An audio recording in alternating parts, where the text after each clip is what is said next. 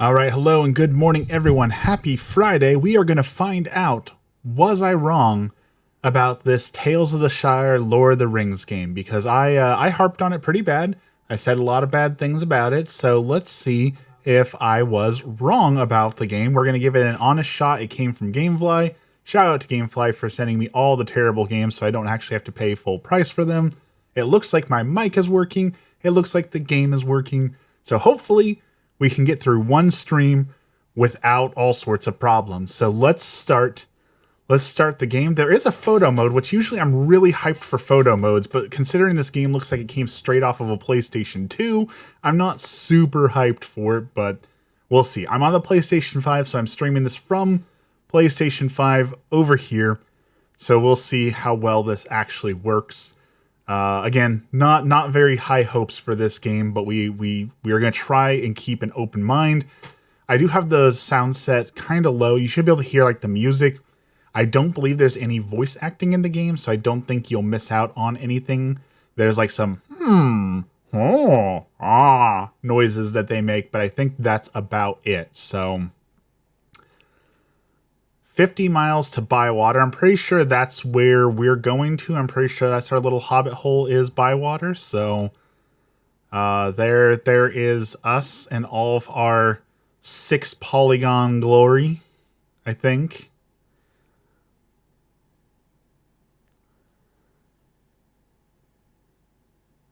Man, I just can't get over how bad this looks. Like, I know that at a certain point you could be like, hey, it's stylized. Like, people would say the same thing about Stardew Valley, right? Stardew Valley looks awful. No, it's a stylistic choice for the graphics. I don't think this is a stylistic choice for the graphics. Like, look at this. That's not a stylistic choice. That's just horrendous. All right. As far as I know, there is no like gender in this game. There is none of that. That they're doing the modern day just sliders. You choose all your own stuff. So we're gonna be a. Let's see. We got regular Hobbit. We've got grumpy Hobbit. We have jolly Hobbit. What are these dwarves? Cozy, perky, snobby, or weary? Let's go with a jolly Hobbit. Why not? Okay, we got a small skin tone slide. Whoa, that is... Okay. Okay, there's more choices. Let's just go back to the default. That's fine. Hair. We gotta go with the man bun, right? You gotta have the man bun.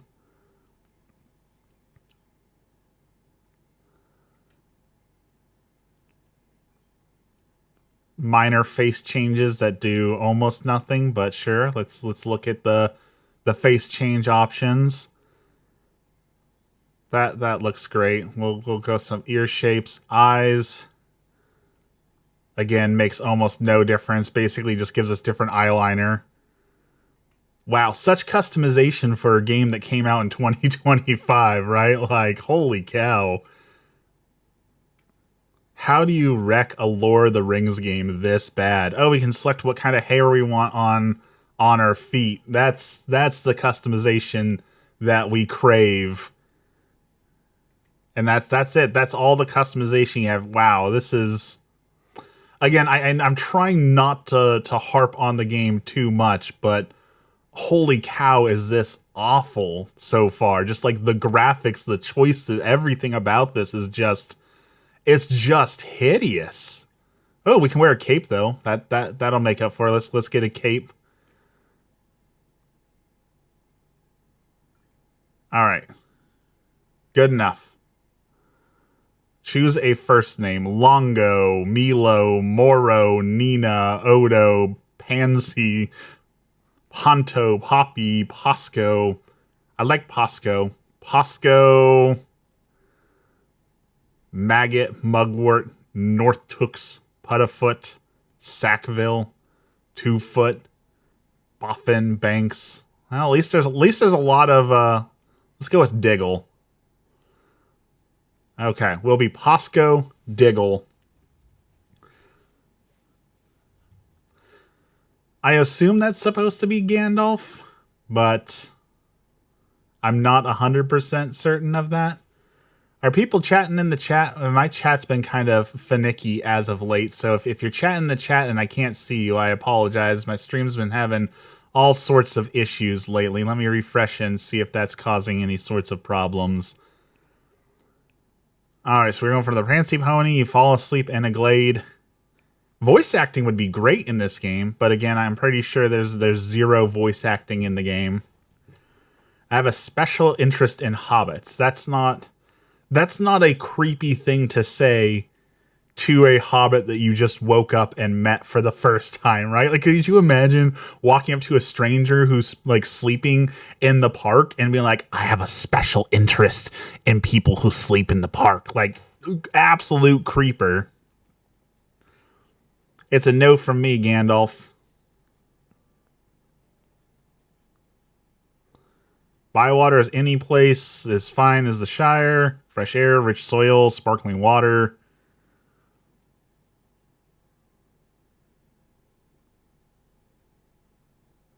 Don't know how to cook, don't know how to fish. What kind of hobbit are you?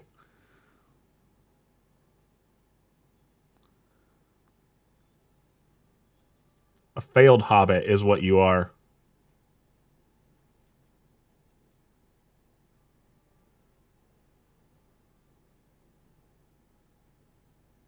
At least there's a cow. At least we get a cow. Little butterflies.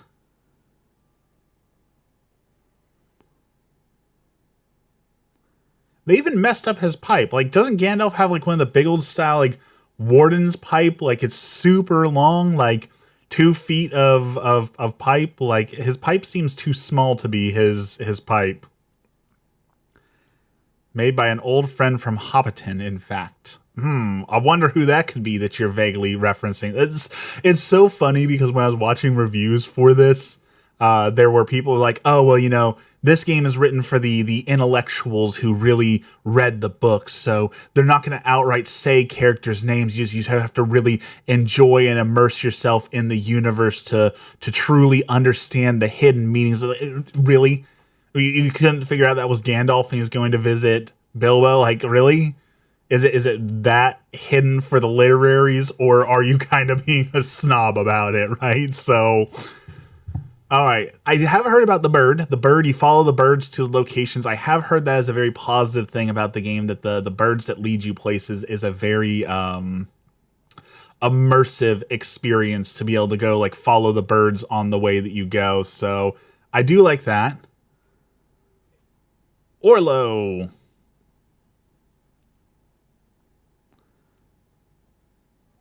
Let's go see your new home. I don't think I need a stranger to invite me into my own home, you know?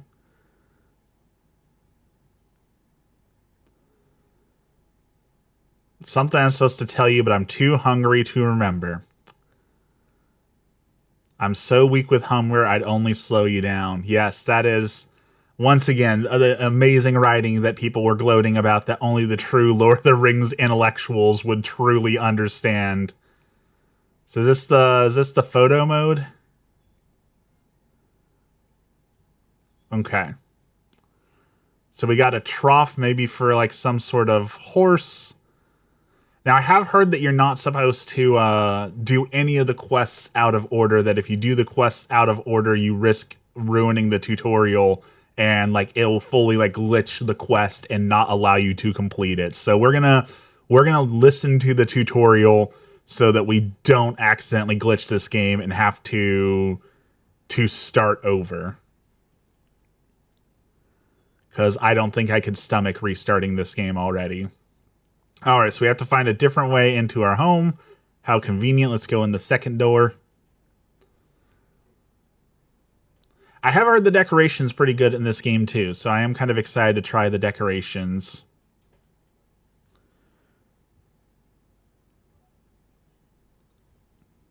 Alright, use the kitchen to cook rhubarb porridge for Orlo. Okay.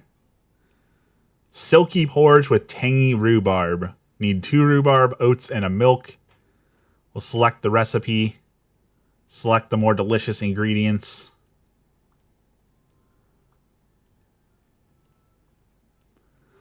Some ingredients require preparation. Okay. Sorry, my thing's covering my screen, so I got to move it just a second here. Okay.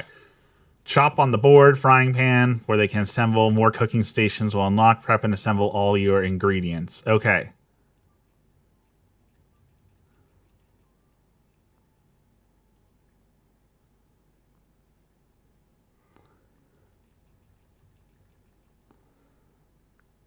Okay, so we can chop it up more if we want to make it smoother, and we can choose to do it earlier if we want it chunkier. Wow, that was some immersive cooking there. We hit X 7 times and made a masterpiece. All right, Orlo, since you're too hungry to enjoy this, let's give you some food so you can tell us what to do next. Dex is here. Good morning, Dex.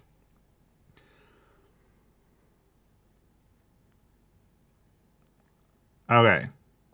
Start our meal. Begin your shared meal.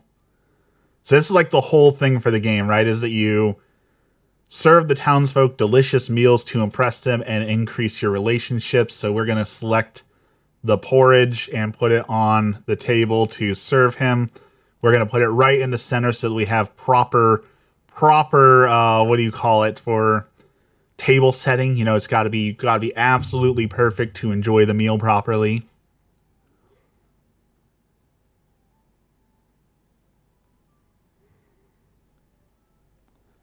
We made a 2-star silky porridge, and it's sour. I've never had sour porridge, I guess. I guess that's something we'll add to the list of trying. I've never tried sour porridge, so... He liked it enough that he wants to give me a gift. Do you have something? Yes, got to make sure that you give me my consolation prize, which is a pie. Very Hobbit, very Hobbit. You know, we just ate food, so let's talk about food some more. Big people sort out differences with swords and bows and arrows. We sort them out with a nice spot of lunch. You've got some posts. I put it in your post box. Makes sense.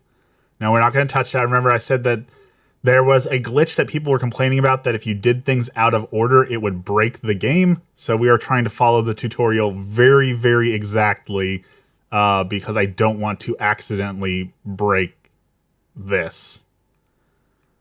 All right. Show us to the post box. Check the post every single day. Okay.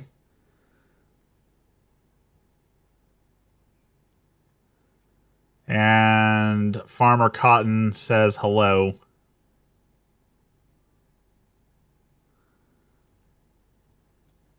Exhilarating.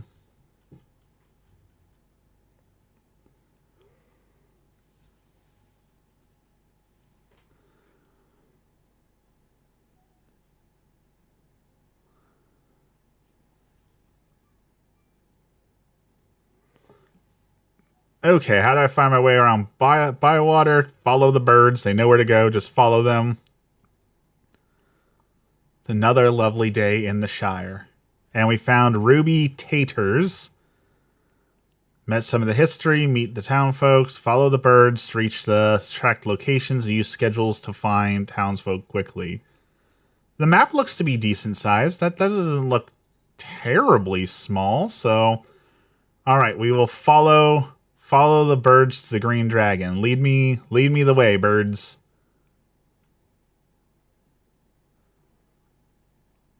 Hello, other bird. Wave to the duck. And I hate this. I hate that because I know. Does your character have back problems? Apparently you walk at a very at an angle. I don't know if that's how I haven't read the book, so I don't know if that's how hobbits are supposed to walk, but that guy doesn't walk that way. That guy sort of walks that way. Love the beard. Thank you. I'm working on it slowly. So I guess I messed up my character career because apparently my character does have severe back problems or something. So, Scarecrow. I do like the bird system. Someone mentioned that, and I do enjoy the no mini map needing that you can just follow the birds to wherever you set your location. I do think that is a fine way of keeping you immersed in the story, rather than having to like stop and open up your map every 5 seconds. So that is one pro I will give the game. That is a nice addition that they did. Bless my butter.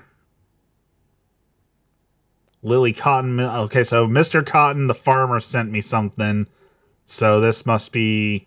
I don't know, do hobbits have wives? Like, I know there's no relationships in the game. I know there's no, like, there's no marriage system in the game. So do hobbits get married? Is that a hobbit thing? Or is that just, like, not existent in the hobbit world?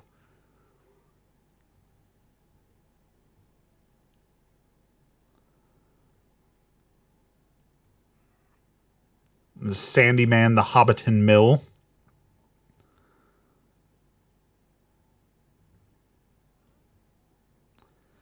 Again, we probably could have done with some voice acting rather than the but we'll live with what we got here. I want to be a part of a village. Sure, that seems like the right answer. Another hobbit with no ambition. Sam marries Rosie at the end of Return of the King. Someday I will finish watching the Lord of the Rings series. I always say, you know what? This is a fine day to finally finish Lord of the Rings. But since I haven't watched it in a while, I'm going to start with the first one and watch it all the way through. And then I get halfway through the first Lord of the Rings movie, get distracted. And then 3-4 weeks later, you're like, you know what? I need to finish Lord of the Rings. Let's start over on the first movie. I've never made it past the first movie. So my Hobbit lore is a little weak.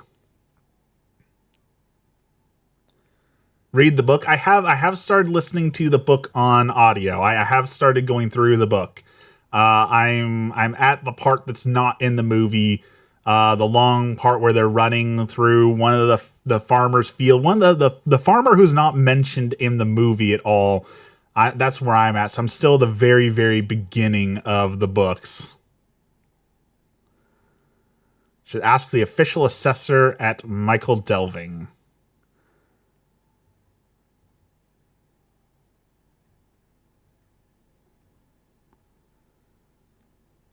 Polyblank's here. Good morning, Polyblank. All right, so we need to find a book that she gave to Old Noakes that has pictures of fish in it. So we got to find the book that finds the rules to determine whether or not we're officially a proper village. All right, let's find the MacGuffin as a good excuse to meet all the villagers. I have not met Tom. No, I've not met Tom yet. The game needs microtransactions. What the game needs is to be made in an engine that's not a early PlayStation 2 engine is what it needs. Like, again, I'm playing this on my PlayStation 5. This came out in 2025. Ryu, good morning. There is no excuse for a game to look like this, and I don't accept it's stylized because I can't imagine anyone willingly choosing this as their stylized graphics. Like, it looks atrocious. Like, truly and honestly, like, compare it to like Lord of the Rings, Shadow of War, Shadow of Mordor. Like, those games were amazing Lord of the Rings games. They looked amazing. The sound design was amazing. Everything about those, I love those games. I play through those games at least once a year because I truly enjoy them. I can't see myself ever coming back to this just from the looks of it alone. And I'm trying not to be negative, but holy cow, it's hideous. Wave at the duck. Where'd this guy come from? Was he the duck? Nice to meet you, Neffy. I didn't see you there, so he just popped out of nowhere.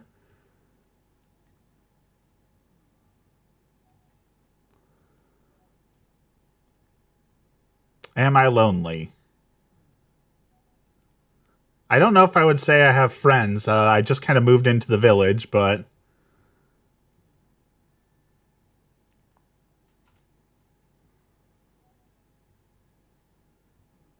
Okay, I know I'm already complaining a lot, But we talked about the no voice acting, so they replaced it with the noises, which I usually don't have a problem with. But this character's done the same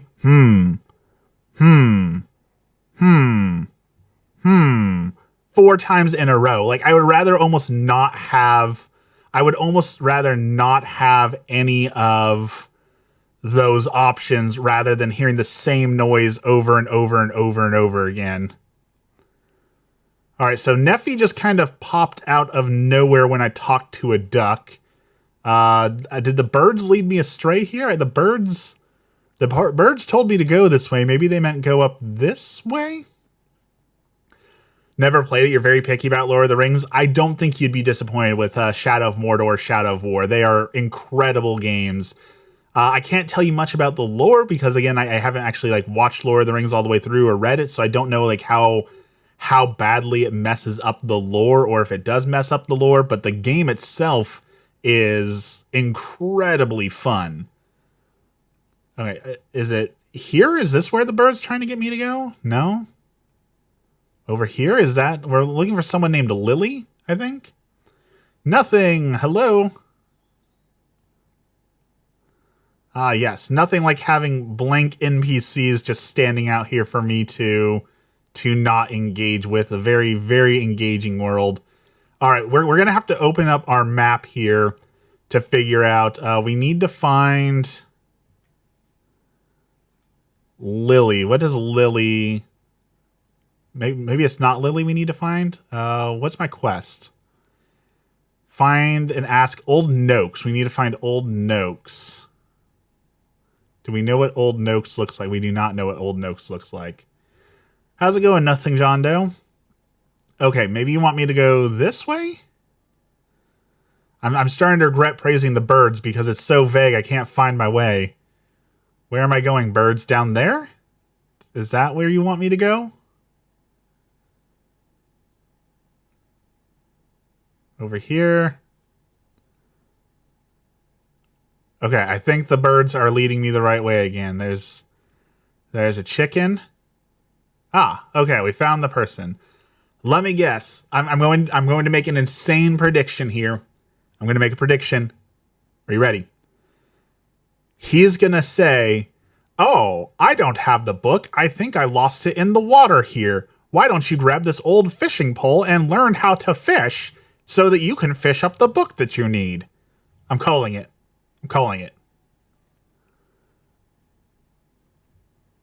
Never heard of you. Where are you from? Bree. Gets worse. What are you doing here? I've come to live here. Yada yada. Give me the fishing pole. Have you seen an old book?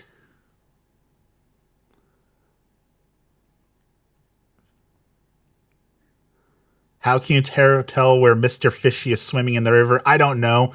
Is it a giant circle that looks out of place that has fish biting around in it? Is that how you tell if the fish are in the water?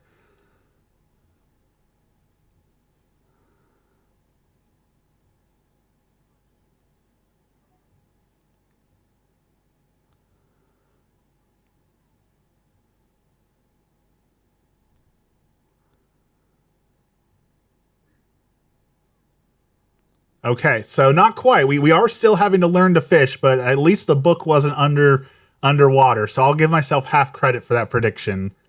Catch 3 fish, keep them or let them know, then come back and tell me about it. Gave it back to Farmer Cotton. Okay. So now we have to catch 3 fish for this quest. Look for the ripples. Fish are affected by preferred location, season, weather. Pretty basic stuff. All right, let's test out the fishing minigame and see how good or bad it is.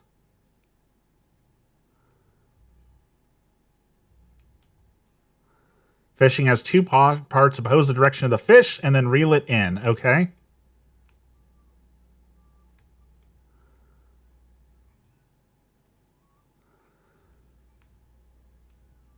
Don't snap the line. Okay, pretty basic. Pretty basic fishing stuff here. Nothing to write home about.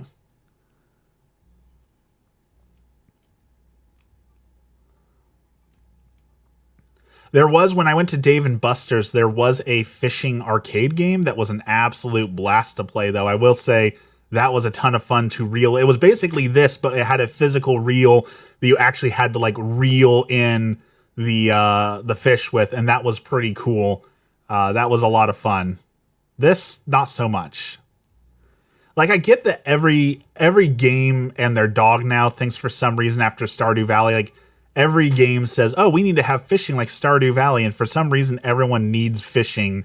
But if you're gonna force fishing into your game, you might as well make it a good fishing mechanic, right? Just tacking on a bare bones mechanic doesn't make it good. So I don't know why, if fishing is going to be like a core part of this game, that they wouldn't put a little bit more oomph and effort into making it, you know? All right, birds, where are we going? Where are you taking me to?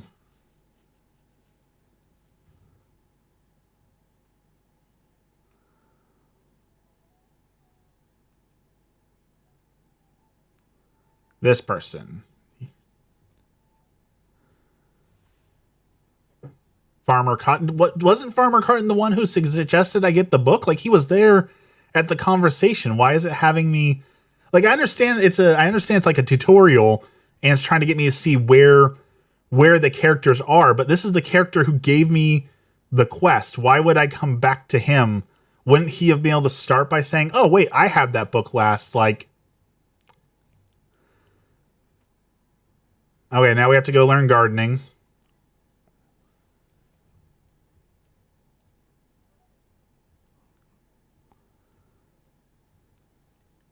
Find Delphi and ask her for the book back. Okay.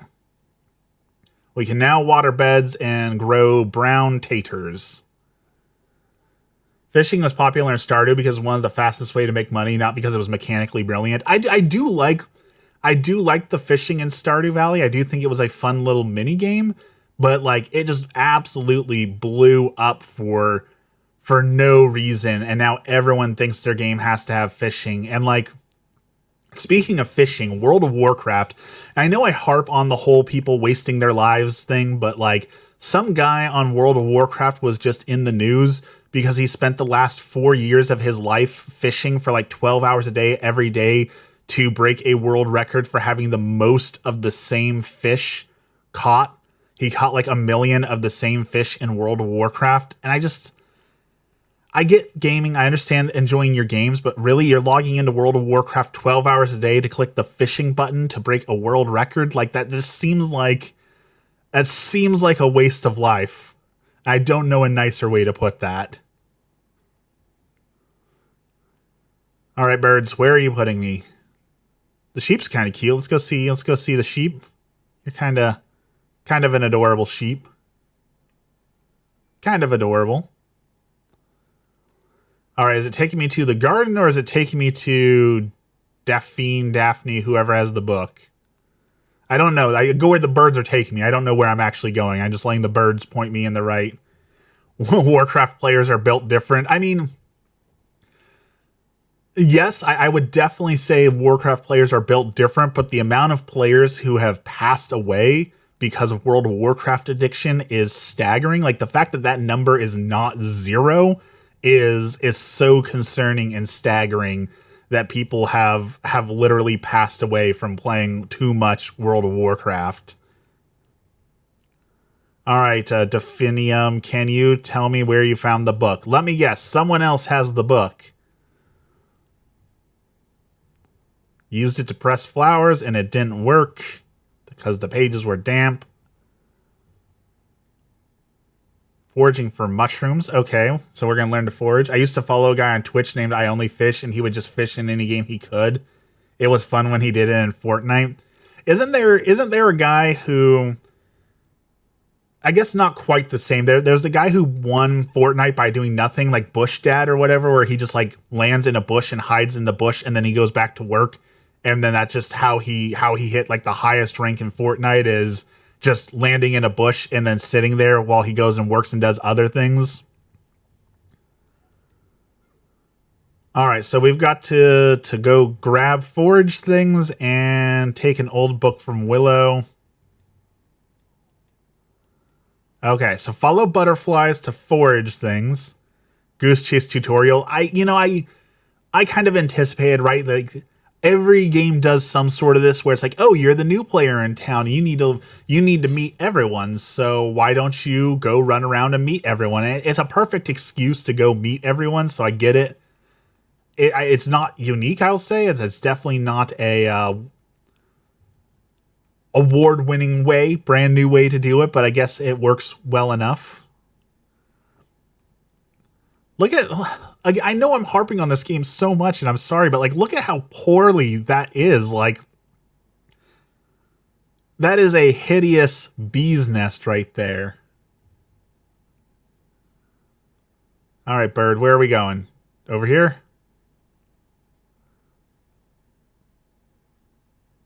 Where are my birds? Where am I going, birds? I'm lost without you. Am I going the wrong way? Okay, I'm going the right way now. This is kind of cool, a little vista. I do like this. Like when they put in little things for like photography mode, I do appreciate that, where like this is a nice place where you can just like sit down, put something on the table, put on the photo mode. I do appreciate when they add things for photo mode. It's just, again, I don't think I would see any reason to ever use the photo mode in this game.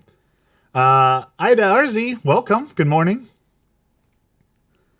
All right, so we're going down here. There's a bird. Bird says go this way. Some giant hazelnuts. We'll grab those. I wonder, does my inventory... It says 7 out of 10, so I'm guessing my inventory has only 10 things I can hold. Is this Hobbit meets Animal Crossing? Yes, that is my understanding, is that this is supposed to be a cozy Hobbit simulator. Because everyone's making cozy games now. Found some blackberries. So I'm guessing we were going to have the same problem as like Skyrim in this game, where you want to grab and pick up everything, but your inventory is going to get too full too fast. What's the name of the game? It is called Tales of the Shire. Or Shire, depending. I've heard that like in World of Warcraft, there's a place called Goldshire and Darkshire.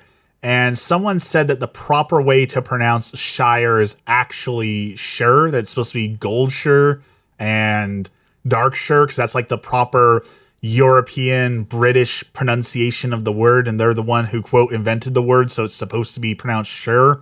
So I'm not sure, is the Shire actually supposed to be called the Shire, or is it actually called the Shire? All right, Willow Took. You're from Finland. I think you might be the first person from Finland we've had here. Hello from Finland. I've actually got a good buddy who moved to Finland, and I am jealous of him getting to live in Finland. I've heard so many great things about living in like Finland, Norway, or Sweden. Any of those places I've heard is just absolutely amazing to live there. And I want to, like, I know that like, as a photographer, your own area is always boring. You want to go to exotic locations. I bet that going like through the streets of Finland would be beautiful for photography. Okay, big book, used to draw angles, a bit moist, gave it to Daisy. Let's ask her. All right, is this the end of the quests? Finland is mostly forest. Hope to see you here someday. Someday we will make it to Finland. Is LeBron the GOAT? There's only one answer. I know absolutely nothing about sports, so I'm gonna say no, because the GOAT is greatest of all time, right? So the greatest basketball player of all time, I'm pretty sure statistically, is Scottie Pippen. So I think that statistically, Scottie would have to be the GOAT, right? If we're talking about like just pure statistical numbers.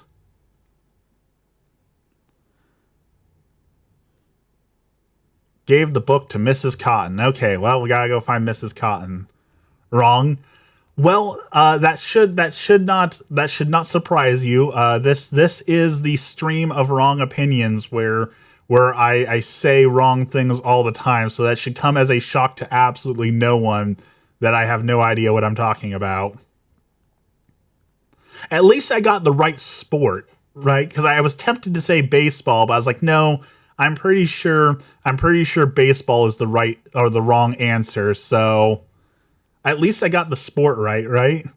When it's ready for bed, go home, get a good night's sleep, stay up too late, and you might end up sleeping in. Oh no, the horror of sleeping in. Okay, I guess that's our subtle hint to go back home. I think our home's right behind us, actually, so I guess we will go home and sleep for the day. Finland is 70% forest. I do love wandering around a forest and taking photos in a forest. That is definitely something I super enjoy. Why is the bridge to my home inaccessible? I guess we'll have to go the long way home. Although, I'll tell you, I was always told, and I don't know if this is actually true or not, but I was always told that if you're walking in a forest and it gets very, very quiet, that is a bad thing because that means that there is some sort of predator in the area that's scaring away like all the birds that make noise and all that sort of thing. So I always get freaked out when I'm wandering around in the forest because there is... I always notice when it's way too quiet. It's like, okay, is it quiet because of something else? Or is it what I was told that there's like a predator in the area and I need to beware? Like, walking around the forest definitely gives me some anxiety because of that. So I don't know if it's actually true or not. I guess I should actually verify if that's true before I start being freaked out about it, but that's where I'm at on forests. All right, water the potatoes. My garden is much bigger than mother and father's garden. There's 5 gardening plots.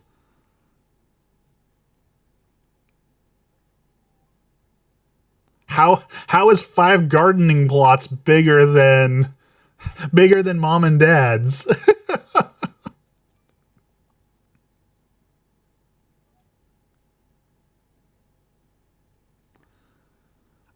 I wouldn't call 5 planters a garden. That's just 5 planters, bro. You'll be safe if you go around the hiking area. See, maybe it's just different here in America, but our hiking areas, there have been like cougars and bobcats and all sorts of things spotted on them. So our hiking trails aren't necessarily any safer.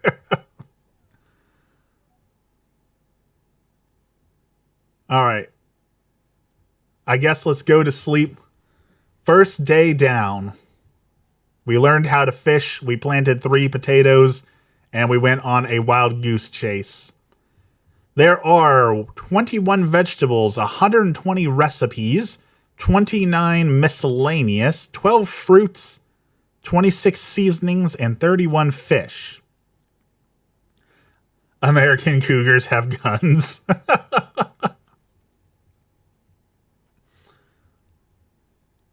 All right, so we have slept. It is a new day. Now we need to water our potatoes again, I'm guessing. But we're out of water, so let's just go grab some of the dirty water from around here. Yep, that's mighty fine gardening right there. Extra fertilizer. I don't want to say something I'm going to regret, but I'm going to say something I might regret.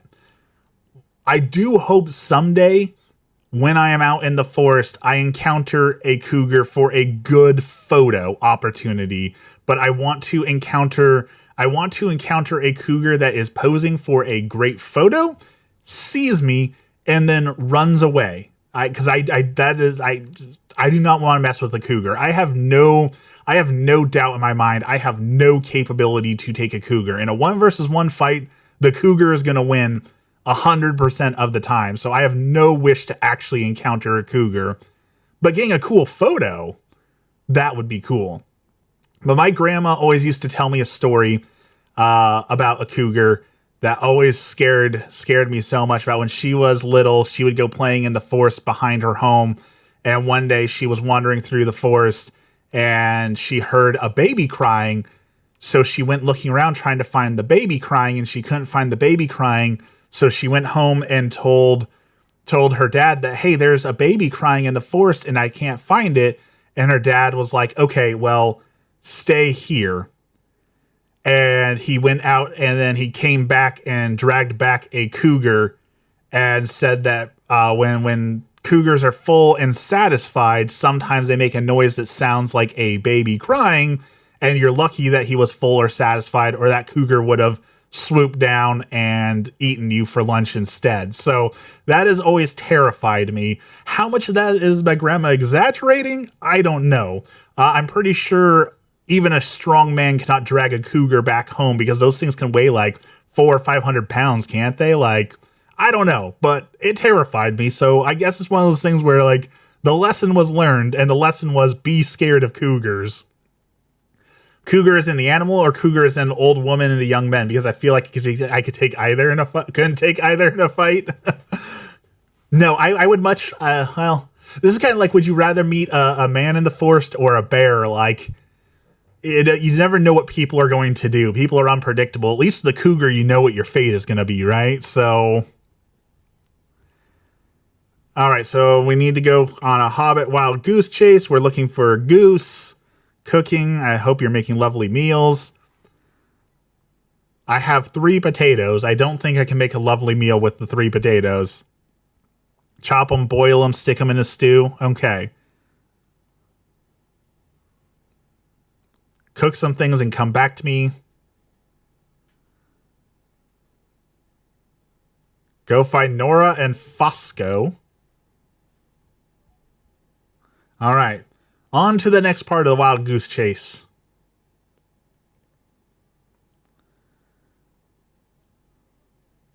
You don't have cougars out in Finland? That is a plus.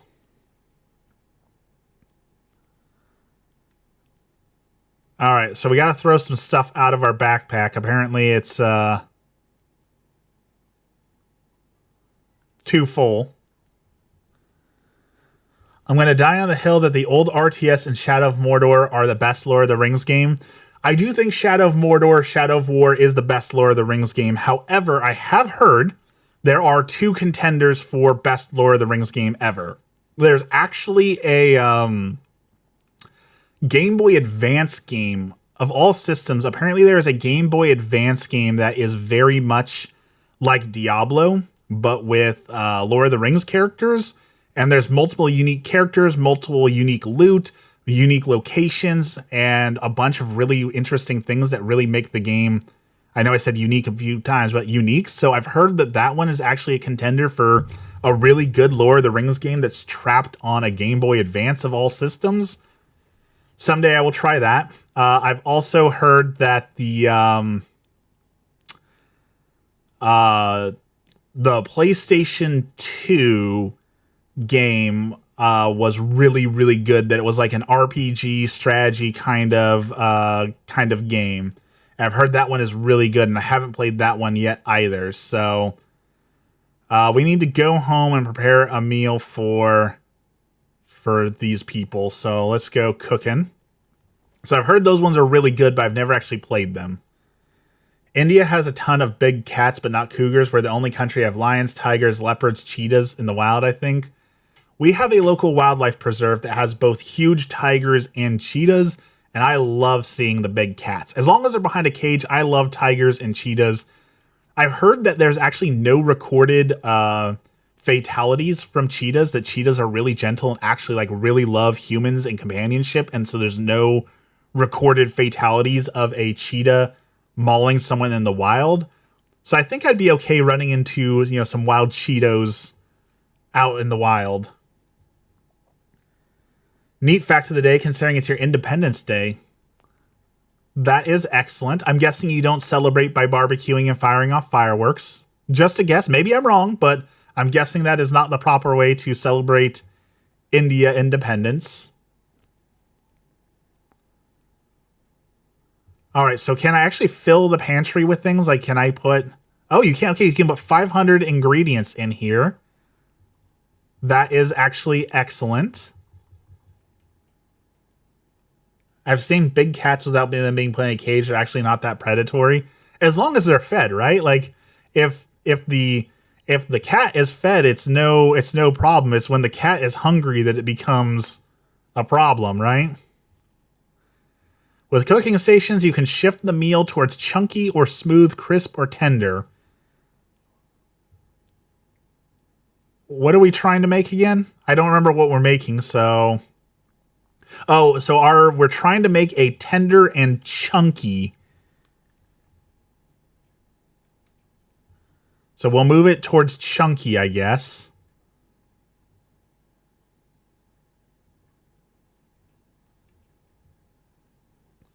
All right, so we've got it the right amount of chunkiness. Now we need to make it tender.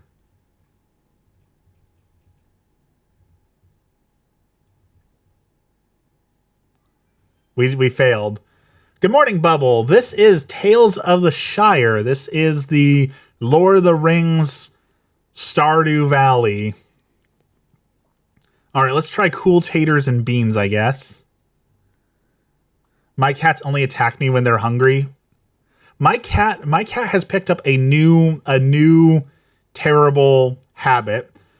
He likes to. So I'm sitting in my chair right now, right? So he is sitting. He'll steal my chair whenever I stand up. My cat will steal my chair, and then he wants to fight for my chair. So he'll sit there and like paw at me to fight him for my chair. So, oh, we weren't using the frying pan, so that's how we tenderize this. Okay. So we need to make this tender and chunky. Now we're in the right area. Could you please suggest a great game? I have a PS5, but I don't have plenty of games for them, so I'm looking for a nice game that I can spend a little time with. What genre do you like? I can definitely make suggestions, but what genre do you prefer on PS5?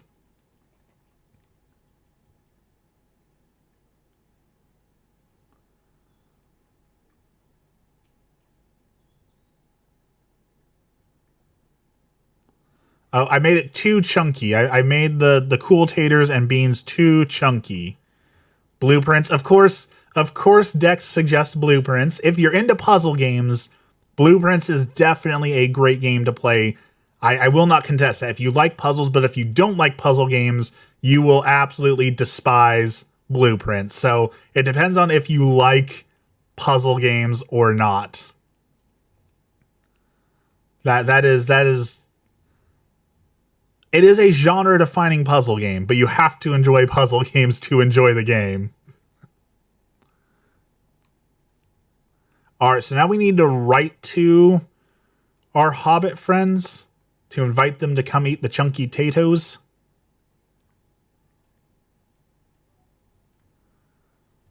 Use the writing desk and we will share a meal at home. Each townsfolk will be craving 2 things, and you need to give them what they want. Okay, so we need to invite Fosco and Nora. All right.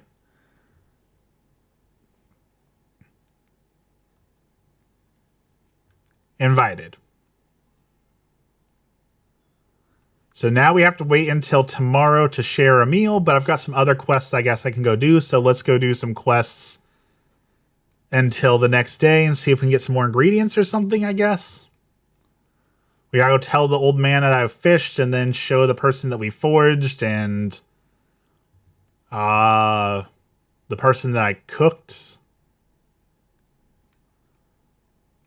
I think. Where are the butterflies taking me? What do we got? We got hedge mustard.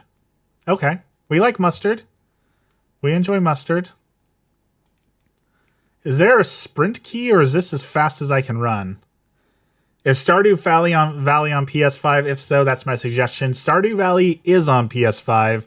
But again, it really depends on what RZ's genre is, right? Like, Stardew Valley is a great game. In fact, I would call it one of the greatest games of all time.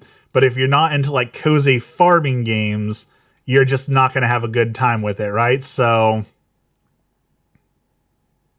Oh, I actually have to be holding the vegetables to return to him, so...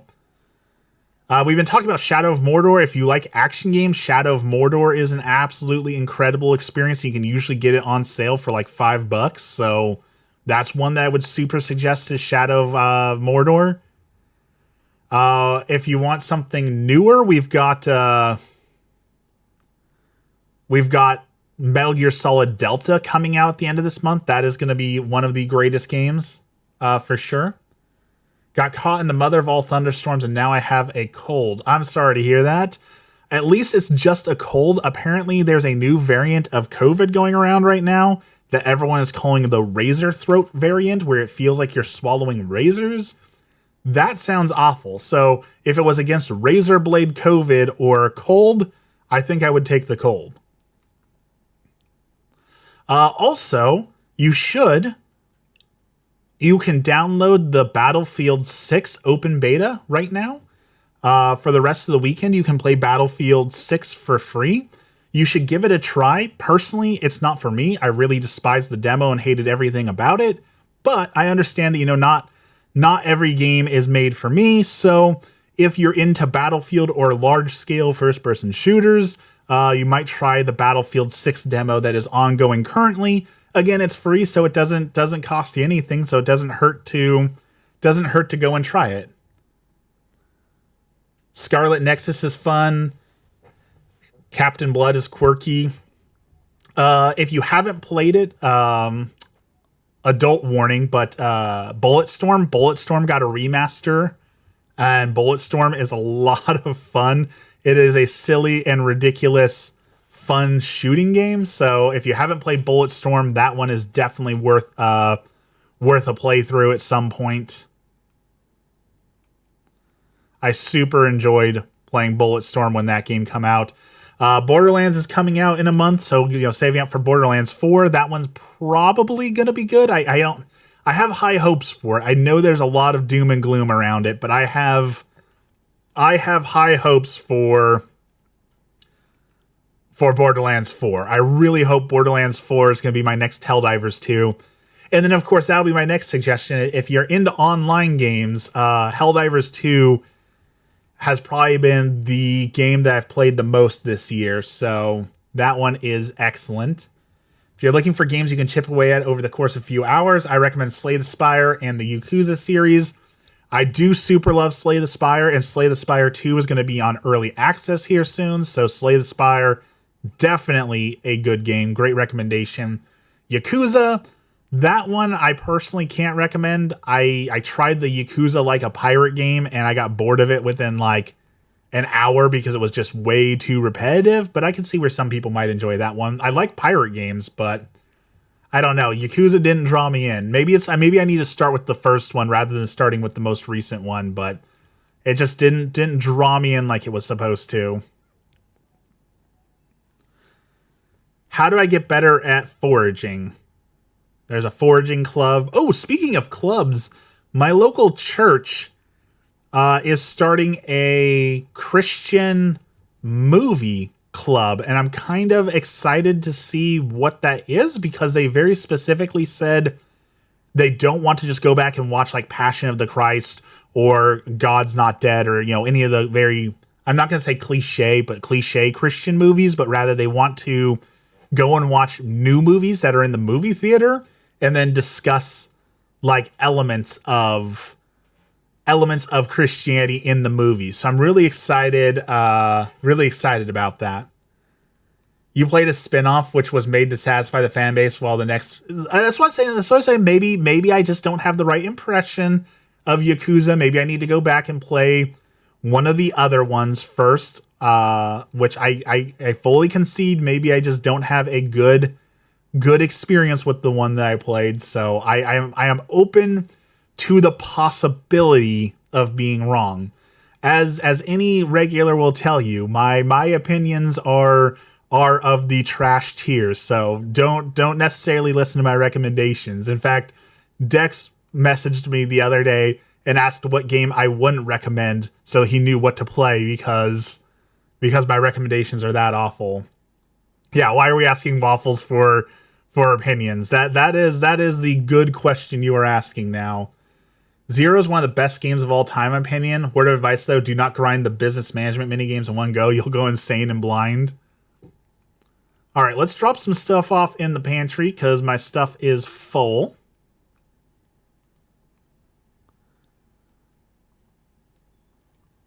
Except for we need that food, our cooked food. So why did we cook the food now if we're going to invite the people over tomorrow? Like, wouldn't it be better to cook the food fresh before, not just cook the food and put it in the fridge and serve leftovers that are a day old to my guests? Like, that seems like bad hostmanship. Someone sent me a package of eggs and fish. Hobbit logic. Also, I will say we're an hour into the game and we're still in the tutorial. Like, I know I rag on Pokemon a lot for having ridiculous tutorials, but this is a ridiculous tutorial. Thunderstorms where I live are intense. The wind's so heavy and the rain was blowing upwards. That does sound way more intense than the thunderstorms we get here. That is another flaw. So that's another flaw we just ran into. A lot of people complain about this game where you have to go to sleep to get to the next part of the day, but you can't sleep until it's officially evening time. So you can't just like quick travel through things. You actually have to like sit there and waste time. And a lot of people did not like that. Also, like Elden Ring, you have unlocked the final boss. I am the #1 hater of Elden Ring and Souls-like games of all time. I absolutely despise all Souls-like games.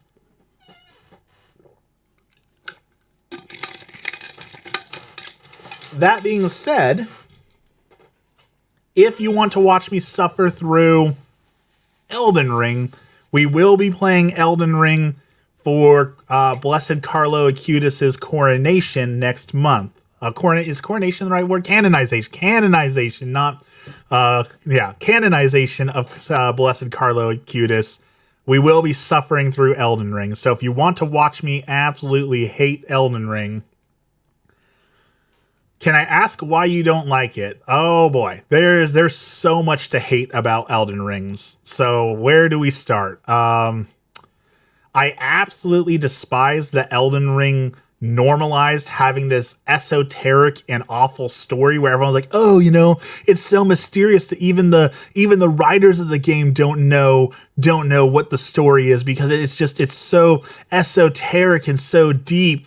I absolutely despise that and what it's done for all of gaming. Like, irreparable damage has been done by that. I hate that the way they make the Elden Rings difficult, the difficulty does not seem to be in the game actually being hard. It looks like the difficulty of Elden Rings is in the terrible controls. Like, if your character actually did what you told him to do at the moment you tell him to do it, the game would be a cakewalk, which makes the game is hard because you click the attack button and there's a 10-second delay before you actually attack. And that's the only reason why the game is difficult. And I don't think that increasing terrible controls is a good enough reason to call a game difficult. If it had good camera, good controls that were tight, it would not be a difficult game at all. And you can see that in, like, you play Wukong or Sekiro that don't have that horrible input lag, and they're much easier to beat. Elden Ring just has this really like, oh, you're swinging into heavy axe, so you press the square button, and your character goes, and then finally attacks. Like, that's the only reason why the game is difficult, is because the controls are awful, like you're playing a PlayStation 1 game. The controls are not fine. If they made the game with good controls, everyone would smoke Elden Ring in a few moments. were you using colossal weapons? I don't even know what I was using, to be honest. And that's another thing I hate. I absolutely hate the class system in the game. Why is the game actively like lying to you and trying to trick you of, hey, look, there's 16 classes to choose from, but some of them come with really obscure items that you have no idea what they do and a bunch of stats that you have no idea what they do. And it's just, it seems like, again, the difficulty is in we made this game as obscure as possible and we just outright try and lie and trick you. Haha. And then the final part that I hate about Elden Ring is, and I know this is going to be a controversial take, but we're going to say it. I am an adult. I am an adult who works two and a half jobs between streaming, my regular job, and photography. I have my wonderful wife, and I just have so much to do. I can't see myself sitting down and like, you know what? With the 2 hours of free time I have this week, I'm going to sit here and bash my face against the wall to try and beat this boss. And oh, look at that. I got 5% closer to beating this boss. So next week, when I can spend 2 more hours on this, I might get her down to 80% HP. Like, that's not fun for me. I would much rather spend my limited time doing something much more enjoyable than bashing my head against the wall against a terrible control system and an unfun boss just to unlock the story. And the story is going to be like, it's so complicated. We don't even know what's going on. Why do I care about the story? If you as the writer of the story can't even be bothered to create a coherent and good story, why would I be bothered to beat the game to listen to you blather on about something that doesn't matter because you don't even know what the story is? That's why I play Elden Ring in summer and fall vacations. Well, you see, Abyss, you live in a country that has proper living standards, so you actually get time off to enjoy those things. We don't get summer and fall vacations here in America. Waffles just reads item descriptions and listens to NPC. No, the NPC dialogue does not help you at all. Because you walk up to some guy in armor who looks like an onion and he'd be like, did you know the Twizzlers fall off the cathedral? That doesn't help. That doesn't help. It's a surprisingly simple story compared to Psychro, Bloodborne, or DS. Correct me if I'm wrong, but I'm pretty sure for Dark Souls, it was either Dark Souls 1 or Dark Souls 3, where they did the whole, we're holding a contest for someone to try and make sense of the story and actually write an ending to the story because we don't even understand what's going on. I'm pretty sure that was like a contest that they had for Dark Souls. How did I get here? Welcome to the Dark Souls Hate Club, Lex, where we hate Dark Souls. Congratulations. You have made it to the elite. Do not insult the Onion Knights. They're called Knights of Katarina and they're heroes in the household. Also,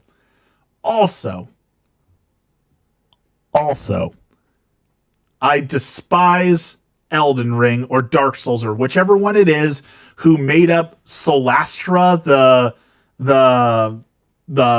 knight who wears like the twigs and goes that guy, because now when I show off which way am I pointing?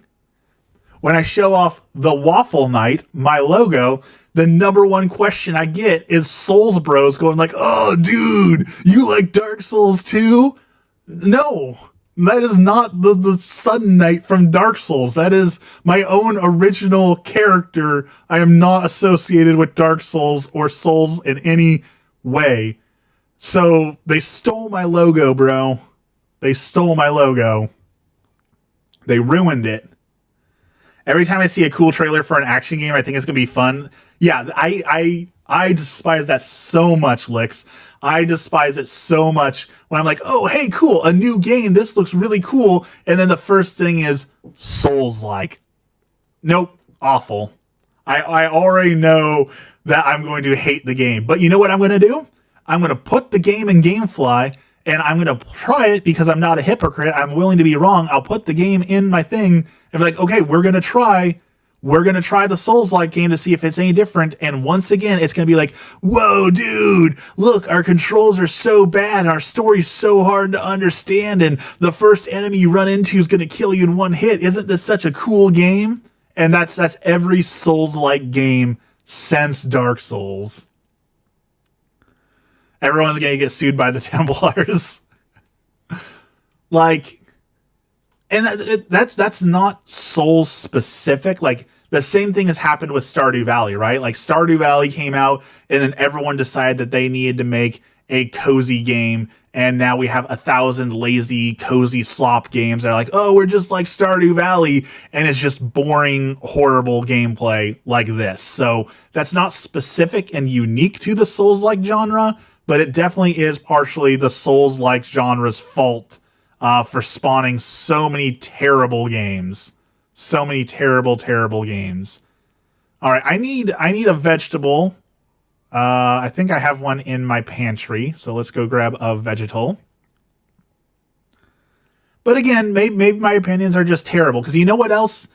We're gonna rant about anime now, because everyone hates my opinions. So now we're gonna rant about my terrible opinions on anime. Everyone talks about Dragon Ball Z being like one of the greatest anime of all time. And here's the thing. Dragon Ball Z is horribly overrated. The story makes no sense. The animation's good. The writing is awful.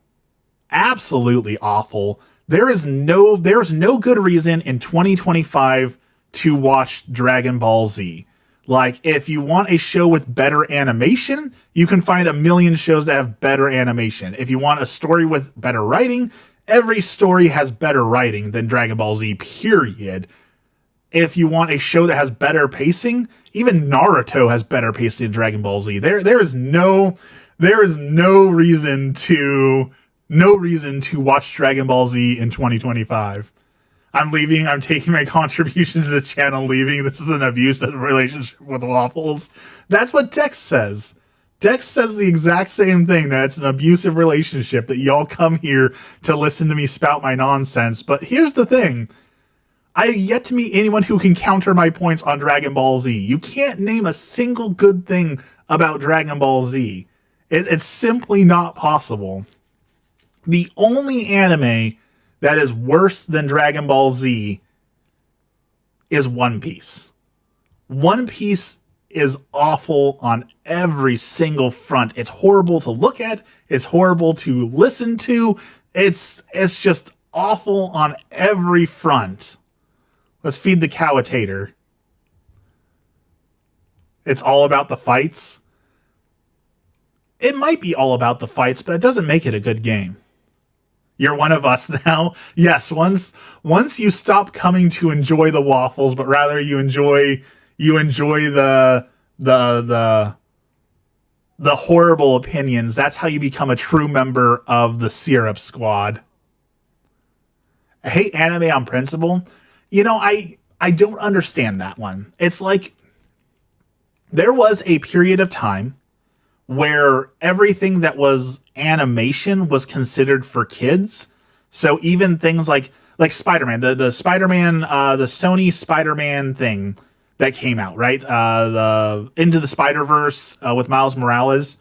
There were people who outright refused to go and watch that movie because, like, oh, well, it's animation, so it's made for kids. Into the Spider-Verse might be the greatest piece of cinema that we have ever received since, like, Saving Private Ryan. Like, Into the Spider-Verse is one of the greatest movies ever made.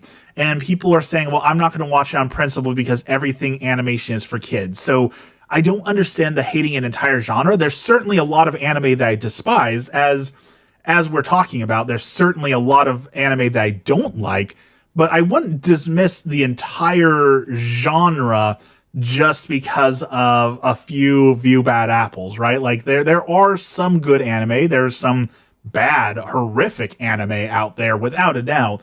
But I wouldn't write the whole genre off, you know? Into the Spider-Verse arguably has a badly written story. If it did, I didn't I didn't notice because I enjoyed it far too much. Gonna leave. My cold's catching up to you. All right, feel better, Abyss. I can't promise that next time you join that we won't be saying things that you hate to hear, but I will say that I'll make an effort. Feel better. Stumbled on your live. I've been thinking about getting Tales of the Shire. Would you say that it's worth it so far? What are your favorite things about it? Okay. Jonathan, the Northman. I may be overly critical. People have accused me of rating games low, so take that with a grain of salt. If you've never been here before, I do tend to be a little bit harsher on games. Right now, I would absolutely say the game is not worth it. It is horrible, and I would not pay more than $5 for this. It looks like a PlayStation 2 game. I'm still in the tutorial. I've been playing the game for almost 2 hours now, and we're still doing the initial chasing tutorial into the game. The mechanics are bare bones and awful, and honestly, I don't have anything good to say about the game so far. So that is my quick review of the game. I would not waste your money on this. However, if you can get it on a massive sale, maybe. But like, if you're comparing this, like, why wouldn't I just play Stardew Valley? I'm sure I could go download a mod that allows me to play Stardew Valley but Hobbits and enjoy it way more than this. If you have GameFly, which is what I'm using, where you can rent it without paying for it, definitely give it a shot. But I can't. Okay, wait. I'll say one positive thing about the game. I listened to the soundtrack outside of the game on like their official Spotify and YouTube playlist, and the music is nice. It does have nice video game music. So that is my nice thing I'll say about the game. Excuse me. The game is that it does have some nice music, but everything else about the game so far is an absolute disaster. The graphics are horrible. The animations are terrible. There's no voice acting. The tutorial's too long. The characters are flat. The world is empty, and it's just bare bones. Oh, the whole thing's supposed to be about cooking, and the cooking mechanic is just Jam X. Now you're a pro chef. Like, if you're gonna make the game about cooking, make it Cooking Mama or something, right? Give us more access to cooking. So I don't understand how cooking is supposed to be the main focal point of the game, and it's such a bare bones mechanic. I disagree. So there are some people who have given the game some good reviews. I don't understand why anyone would give the game a good review, but I suppose there are like the cozy gamers out there who don't want, like, maybe if you're not interested in if you're not interested in graphics or writing, and all you want out of a game is to be able to play as a hobbit and gently relax and play a game that requires zero thought and zero input, maybe the game would be for you. Like, if you just want to listen to good music and sit at a pond and press X for hours on end, the game is for you. I'll probably wait till it's on a deep sale. I guarantee, I would bet money on this. I bet by Christmas, this game is in the $5 bargain bin, and then you should get it. But even then, at $5, I would say be weary of the game. Because again, I'm still on this wild goose chase, and if you look at where's my quest log? Quest log. I'm 50% of the way through the tutorial, and I've been playing for almost 2 hours, and all I've done is run around and talk to hobbits and jam X. I haven't done a single interesting thing, I don't think, so far, and it's been almost 2 hours. This is longer than a Pokemon tutorial, and I despise Pokemon tutorials. And like, there's things that don't even need to be a tutorial in here. Like, do we really need a whole extra quest to learn how to press X on the mushroom to pick up the mushroom? Did we really need a whole quest for that? I don't think so. It's just a skill issue. I mean, maybe I will accept maybe it's a skill issue, because I tend to enjoy games that are a little bit more serious and have a little bit more structure and goals. So maybe truly I just don't know how to enjoy a cozy game. But also, I don't know if you just saw, I'm getting frame rate drop. I'm getting frame rate issues on a PlayStation 5 game that looks like it's ripped straight out of 2001. Like, how is it having frame rate issues when it looks like this? Like, how? How is it so poorly optimized and ugly at the same time? So, Again, maybe I am overly harsh, but I in good conscience could not recommend the game to anyone at this point. All right, let's go open our writing desk and see what present is awaiting for us in the writing desk.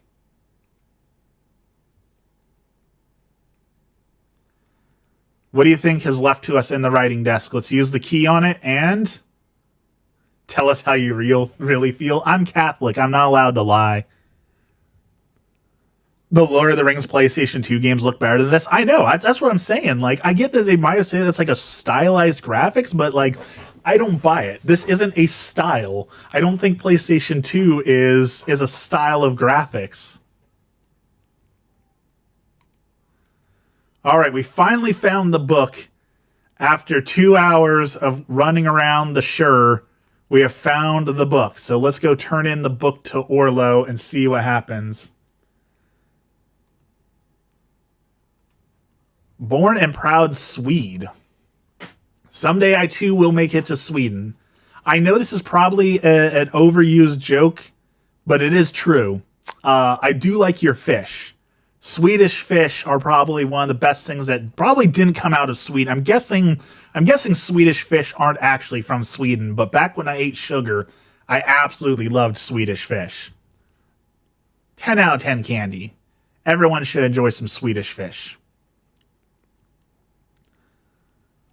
All right, Nora, what are you giving me? A garden green summer salad recipe. Okay. It's kind of rude of these guys. Like, I understand the whole thing is about cooking and unlocking recipes, but really, like, that's what you're going to do. I fed you a delicious meal, and you're going to give me a recipe and make me cook for you again? That's not a gift. That's not a proper gift. A proper gift would be giving me, like, $1 or a fish or something. Don't give me another chore as a thank you for doing your chores. Bless my bundles.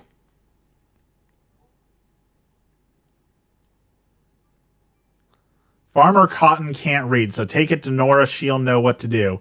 We're still doing a wild goose chase? We're still doing the wild goose chase even after I found the darn thing? I used to love Swedish fish. Me too. They're delicious. I like Swedish fish as well. I'm glad you like it. If you do ever visit Sweden, I suggest you do during the summer, not winter, because during winter it's complete dark. Okay, I do know that there are some parts of the world, I know Sweden, like parts of Alaska, where it's like 22 hours of light and then 22 hours of darkness. But here's the thing. One of my specialties for photography is low light and dark photography, like photo manipulation, light manipulation.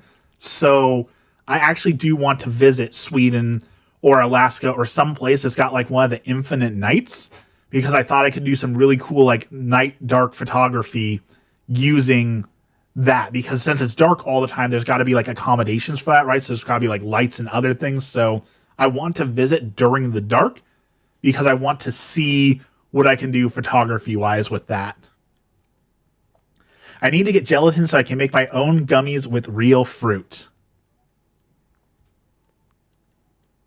That sounds like a great idea. You know what sounds really good? I want to grab some sugar-free lemon Jell-O and put some real bits of lemon in it and have like a sweet and sour experience with lemon Jell-O. All right, so now we need to increase our friendship to become a real hobbitses. So we're going to have to cook for people once more. So back home, we'll check on our potatoes, and I guess we'll cook some meals. I did make, I saw a recipe online that called for you take coconut milk, full fat, creamy coconut milk. You put lemon juice in it and some lemonade, like lemonade flavoring, like a powdered lemonade, and you drink that, and it's supposed to make a super frothy lemonade. And I tried it, and it was delicious. Granted, I mean, it's full fat coconut milk, so, you know, a little bit too much sugar, a little too much everything for me, but delicious. So if you ever get a chance, you should try that. You better name the restaurant My Precious. You'd have a fun time up north by the Fjells. Also, talked about gummies is making me want Swedish fish or gummy bears. I mean, No time like the present. Go grab yourself some Swedish fish. I wish I could eat Swedish fish, but today is August 15th. It is officially the Assumption of the Blessed Virgin Mary. It is a holy day of obligation, so get yourself to church. But also, it is day 1 of the St. Michael the Archangel fast, and today starts my 40-day fast. So there will be no Swedish fish for me. We are going to attempt a 40-day fast and see how that goes. So today is day 1 of fasting. So I will not be able to eat until the sun set today, basically. So we'll see how that goes. I am documenting my journey through it. I am going to make a fun documentary style video. Will anyone watch it? I don't know. Does that matter? No, because I'm having fun with it. But we are going to attempt 40 days of fasting. See, we want crispy and not too smooth. So we're going to go right in the middle. And then we're going to put it in the frying pan. And we are going to tenderize it. All right, that worked. Now we need to do the same thing with the hazelnuts. Nope. All right, we got a 2-star Tuckborough pikelets. And we need to make one more recipe to invite someone else over, and we don't have anything for recipes. So I guess let's write a letter to someone to increase our friendship so we can get out of the tutorial. I didn't know Christians fast as well. Best of luck to you. Here in Sweden, though, not a lot of people go to church unless they're either attending a funeral or a wedding. Yeah, I've heard that Sweden, Norway, all those kind of places are definitely way less religious. Is that the video talking? Yes, that was the video I asked you about. That is. But yes, not all Christians fast, but I stand by it. I stand by that learning to fast is probably one of the best things that you can learn to do as a Christian, as a person in general. Learning to fast is probably one of the most essential skills that you can take on, just to be able to avoid sin, but also telling yourself no, getting a little bit more empathy. And a big focus for my fast this time around is there are people starving in the world right now as we speak. And I cannot tell you the guilt I feel being the weight that I was. I've lost a lot of weight, but being over 400 pounds when I was, and stuffing my face with 10,000 calories a day while people in my own neighborhood were starving, like, I feel so much guilt for that. And so this is a way to understand and learn a bit of the empathy of the people who have gone without. So that is definitely at least a portion of the fasting, but also growing closer to God and maybe a little bit of weight loss. I could definitely stand to lose a few more pounds. So it's a multifaceted fast that is going to be a part of different things. So we have a craving, and I need a berry and currant. So we need to go find a berry ASAP. Let's go find berries. Like my local parish says that they have 55 families who visit I'm going to call it the food library, the food pantry that they have. 55 people a week come and ask for extra food to be able to live. 55 people in my own community who are going without, and that hits me hard. So one of the things, charities I really, really love is it's called Catholic Rice Bowl. And the idea is that you skip a meal and you take the money that you would have spent on a meal and you donate it, and then they get rice to people who are hungry. And I think that is an absolutely wonderful charity. And I love that. And that'll probably be a part of what I do as well as we try and fast grow closer to God and understand the suffering of other people in the world. All right, we want a little smoother, and we need it a little more tender. Even if Swedes are religious, we're more private about it. I don't think you should feel too bad about it, though. World starvation can't be solved. World starvation can't be solved by just me. That is absolutely true. We need all the billionaire class to come together to actually solve some of the problems in the world. But I can definitely still take accountability for my actions and the gluttony that I had of gorging myself while people were starving. You know, it's like that scene in that Disney movie where Mickey is like having to cut the bread super thin and they've got like the one bean. Like I hate that that's how people are living while I was out here stuffing my face. So all right. We've got our meals. Let's start our meal. In a fantasy world where billionaires had basic empathy, there should not be. I definitely agree with that. There should be no such thing as a billionaire. I will stand on that statement proudly. There should be no billionaires ever. Meanwhile, you know, it's still making news that Elon Musk is going to potentially be the first trillionaire in 2027, while there are people starving, while there are people going without, while there is suffering in the world. All right, so we increased with Daisy, and Delphinium likes us a little bit more now. What do you got for me? Her little stuffed elephant is kind of cute. What do we got? Nobody deserves to go hungry like that? Yeah. Yeah, there are a lot of people. And here's the thing. Here's the evil. The great, great evil with that. We're talking about people who are going hungry in our own backyards. That is a injustice in so many ways.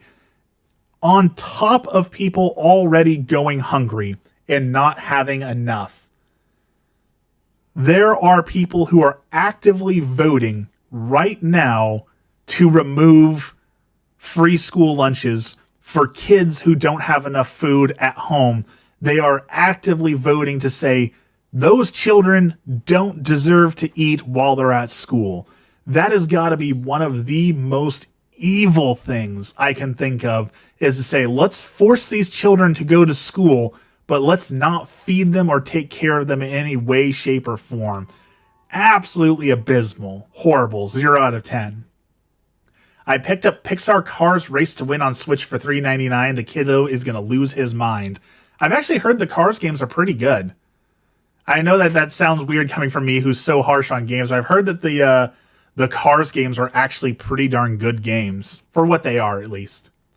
And they're also pro-life. I will 100% accept that criticism every day of the week. If you're going to call yourself pro-life, then you also need to support the life after it's born, meaning you need to have strong social services. You need to have housing. You need to have water. You need to have food. You need to have socialized healthcare. You must, if you're going to say that you're pro-life, support all those things. And if you don't, then I don't think you can call yourself pro-life. Musk donates a lot too, though. You also can't expect one person to give all their money away, no matter how rich they are. I don't believe anyone should be forced to give their money up.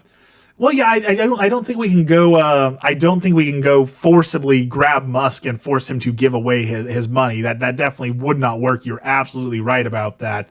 However, I fully support the idea that there is no ethical billionaire. Anyone who has earned $1 billion has earned that money through some sort of exploitation of people, or like Walmart. Walmart's a very famous example because Walmart, at one point, I don't know if it's still true, one point, somewhere between 40 to 60% of their workforce was on food stamps and government assistance. Why should the owners of Walmart be literal billionaires when they're not paying their workers enough to even live, and they're asking the government to subsidize their worker by giving them food stamps and other social services programs? Like, That is what, when people say there's no such thing as an ethical billionaire, that's what they mean, is that they are choosing to underpay their employees and demand the government pay for them instead so that they can hoard a massive amount of wealth. I say I'm grateful to not have been born in America, but it's not much better in the UK either. As we talk about every time, I am very critical of America. I will always be very critical of everything. It's not better everywhere else in the world. Sure, some places have, stronger unions. They have stronger wages. Every country is going to have its flaw. For sure, it's not just America. I think every country could do better. But also, like, when we talk about flaws in America, we also have, we don't know if it's true or not, but there's rumors that Trump is trying to give Alaska or the resources of Alaska back to Russia currently. So, it may not be worse all around the world, but there certainly are places that are better. We're forced to give our money up. They take it out of our checks. They charge us extra at the cash register. Why shouldn't the richest men in the world get taxed? And that's the thing, is like, we already pay, we have income tax, we have all those taxes.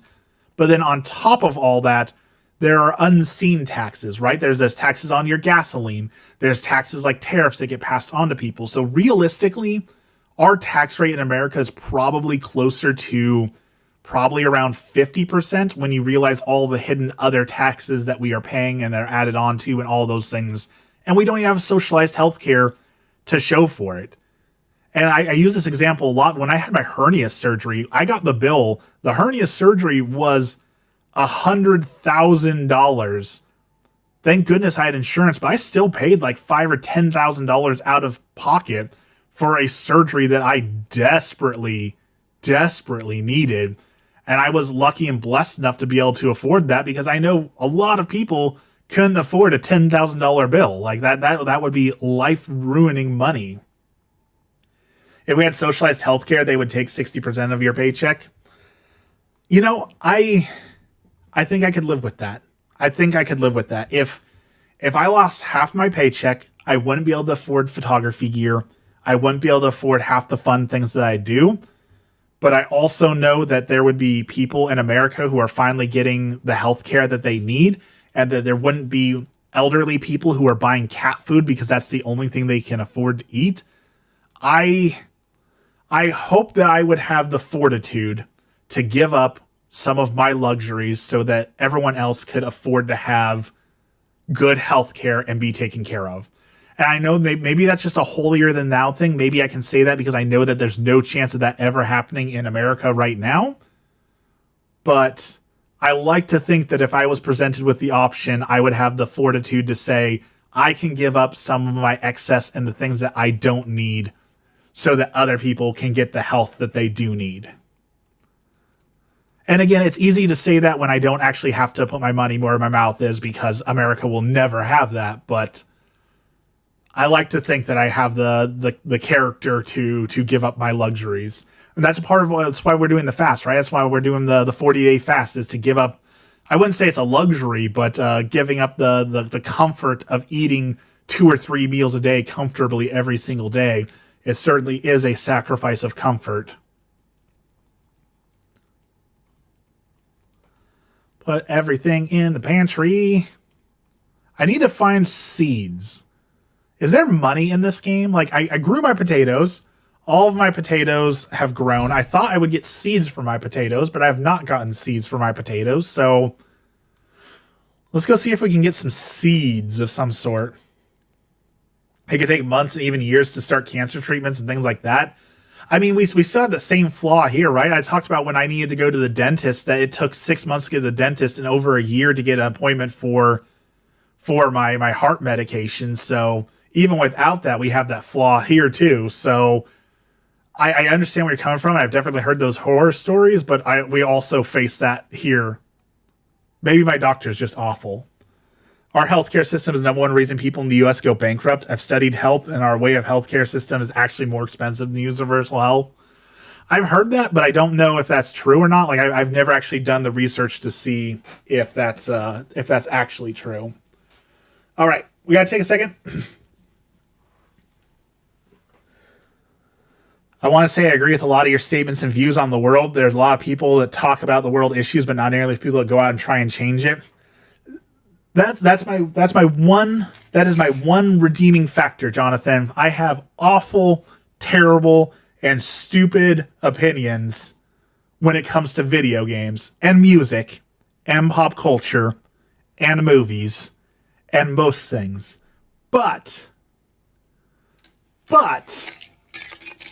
I have some good opinions when it comes to the world and other people.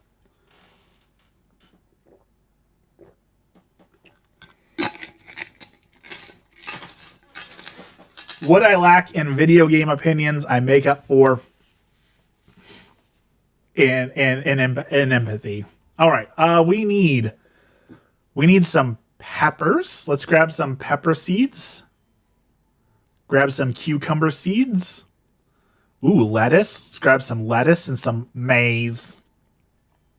Most people can't afford to go out and do something, and people who would rather sit on the dragon's hoard. I mean, that is exactly my struggle with. We've been talking about going to Italy next year. I really want to go to Italy. I want to visit the Vatican. I want to make a pilgrimage to the Vatican.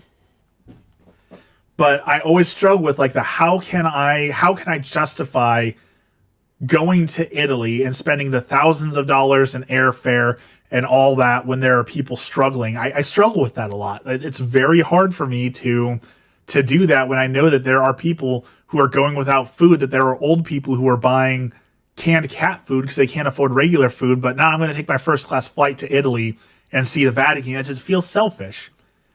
There is one for sure though, like cruises. I will never go. I always wanted to go on a cruise. I have decided I will never go on a cruise. I simply cannot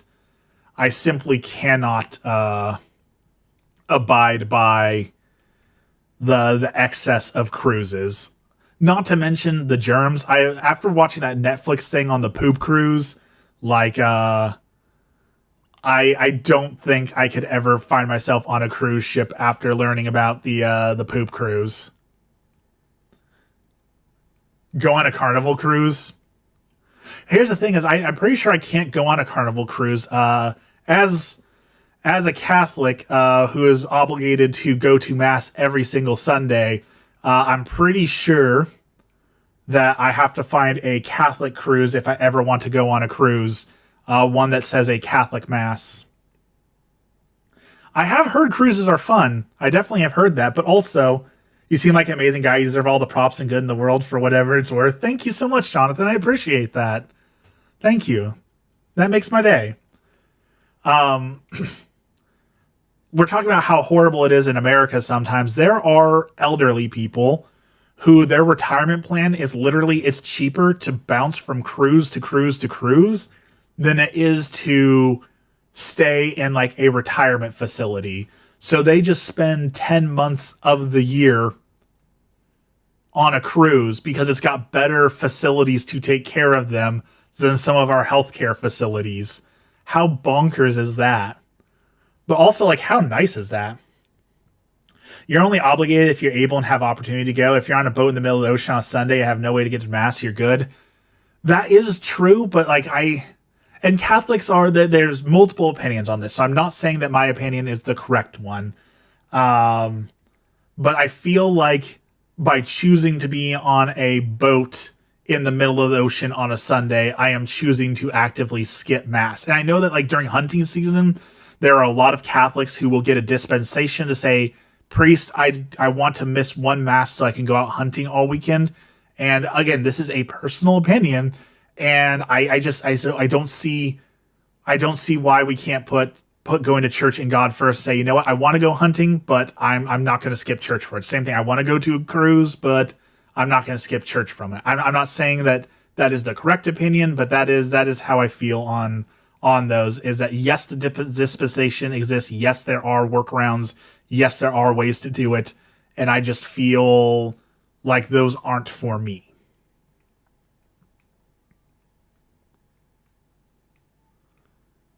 If that makes sense. I am also talking way too much today. I need more water. Just do some extra Hail Marys. We are going to be in Hail Mary debt here soon. I talked about it earlier, but next Next month is the canonization of Blessed Carlo Acutis, the video gaming saint.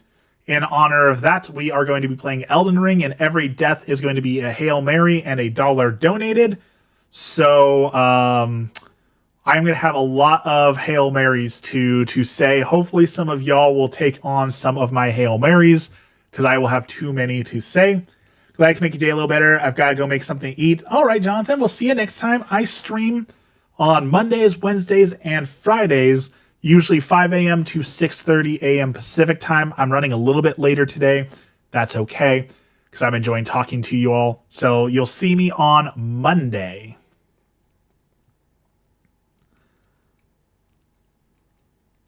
Okay, so we need a few days to wait for the assessor response. We have planted our things. So now it's just talk to everyone and plant things. And I guess let's go decorate my house. We haven't played with the decorations yet, right? So let's go decorate our house. We haven't unlocked decorations yet. So let's go look at that.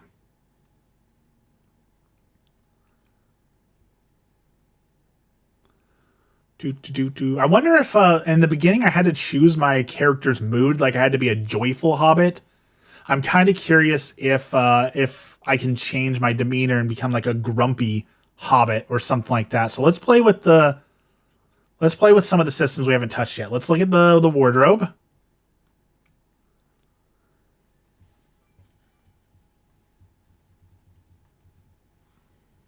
So we can change our clothing. Take off our glasses, okay. Appearances. Okay, so you can change your entire character at any point if you want to. So full customization options there. So let's be a cozy hobbit. Let's change our personality. Let's see what happens when we're a cozy hobbit. We can change our hobbit name. I do appreciate when it lets you change your appearance wherever you want. We are definitely a much chiller hobbit here. This is a much more laid back style of hobbit. Okay, now decorations. How do we decorate the hobbit hole? What do we got? We've got furniture, decorations. We have a painting called The Curious Cow. So we can rotate things. Okay. We can turn snapping off so that we can plant something halfway in a wall if we want to. Okay.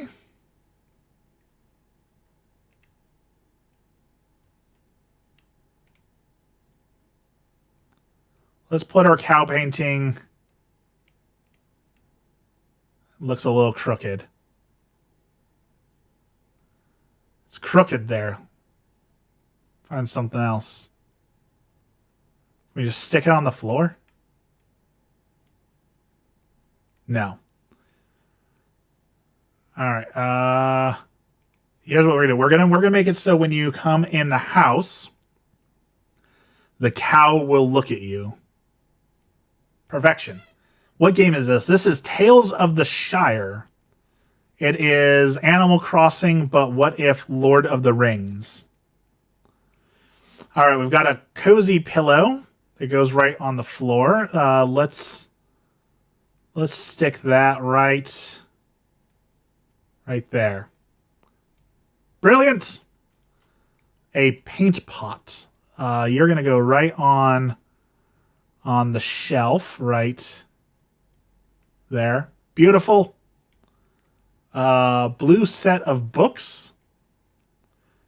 You are going to go right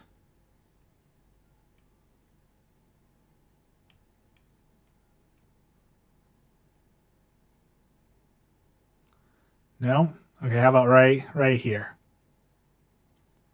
Exquisite. We're going to put a fire hazard right here.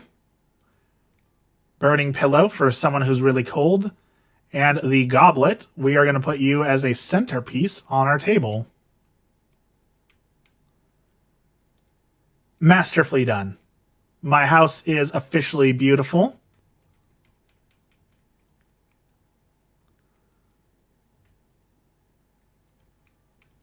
All right.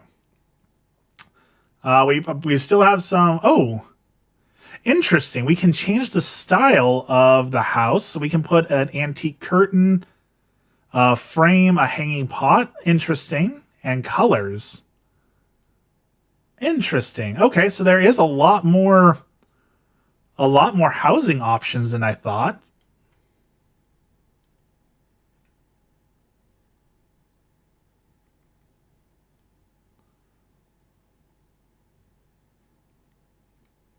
Let's just go wild and touch everything.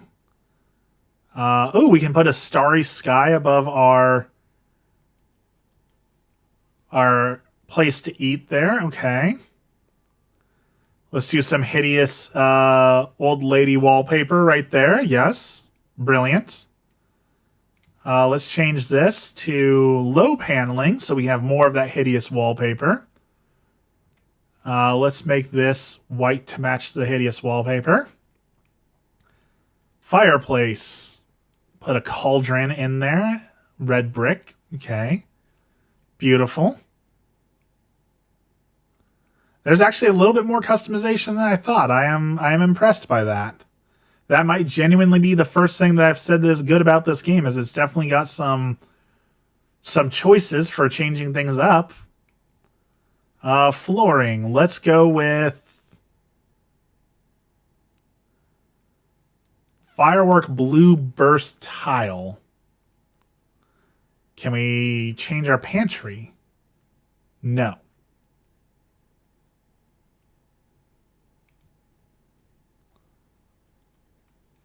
What about our windows?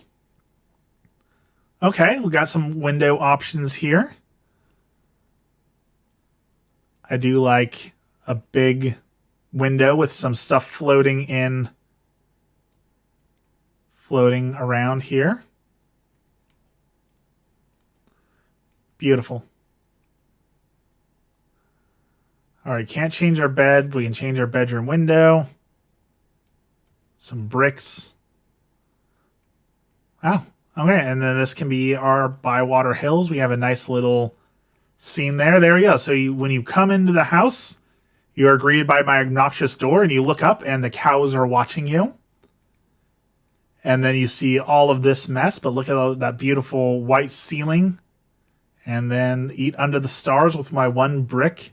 As you can tell, I am a master designer. I am very, very good at decorating. Decorating is my jam. It has always been my passion to be a interior home decorator.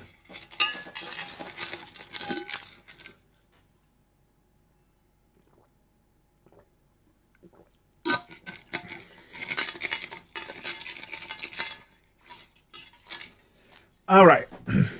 Daisy and Delphinium are better friends now. We have unlocked a cutscene. There are 9 days left in summer.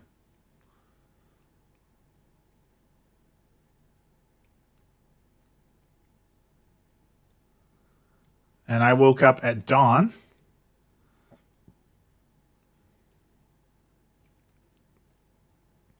Why are all my plants already watered?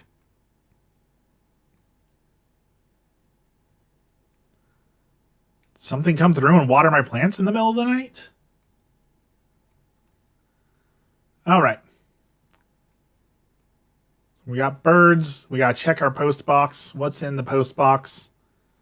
The birds are excited for something in the post box. We have a village meeting to hear the Shire Judgment Assessor. Okay.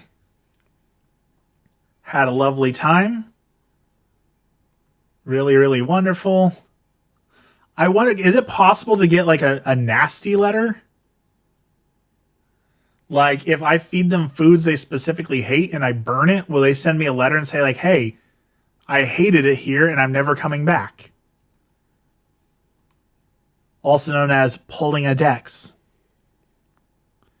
Aromatic apricot jam. Sounds like a band name. All right, what do you think? Are we a village? Do you think the village assessor is going to say we are a village, or are they going to say we are not a village? Who do you think was right? Place your bets now.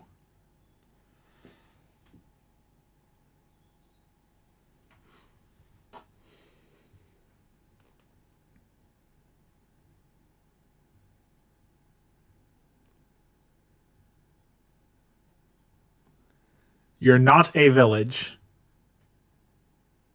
Survey says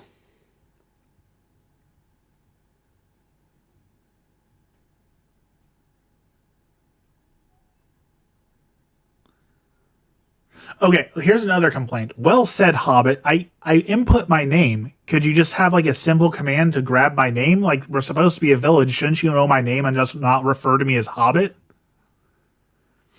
All right, the assessor says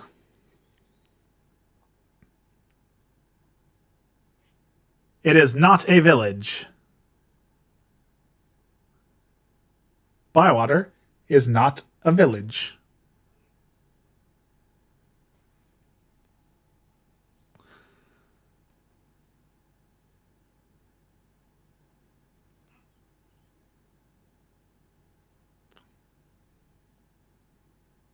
Okay, well, game over. We lost. We are not a village.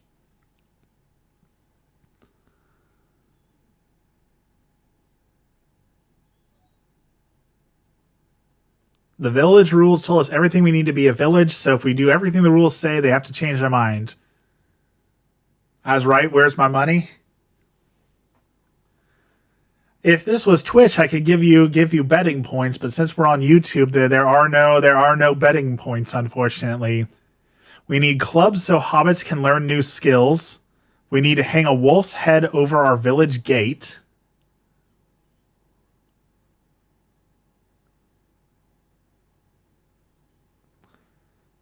And if you see a goblin, you must report it to the king. The rules are out of date.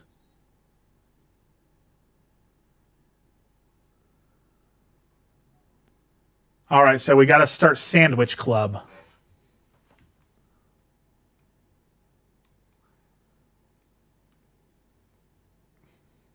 I'm guessing that all the clubs are going to be like, oh, cooking club and gardening club and fishing club, like all the things we've shown you how to do. I don't think they're going to introduce anything new. However, I will say I think we have finally ended the tutorial. I think we are out of the tutorial and we just hit the 2 hour mark. So 2-hour tutorial. 2 hour, too long tutorial. And with that said, I think this is a good place to stop because my back is starting to hurt and I gotta go wash some dishes. So you are also talking too much. It is a day of twos. You are correct. I probably did talk too much. So let's see if OBS wants to cooperate today and if it will allow me to swap my scenes since yesterday it did not. I do appreciate that you can manually save your game anytime. That is also a good thing.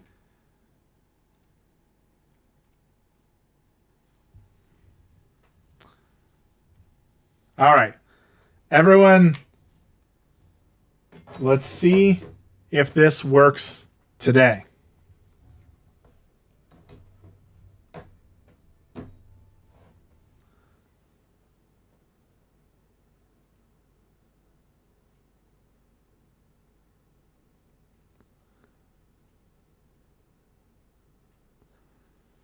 All right.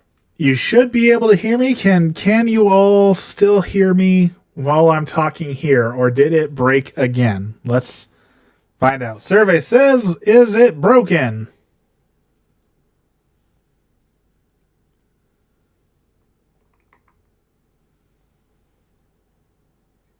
Unfortunately, yes, it's broken, or unfortunately, yes, you can still hear me.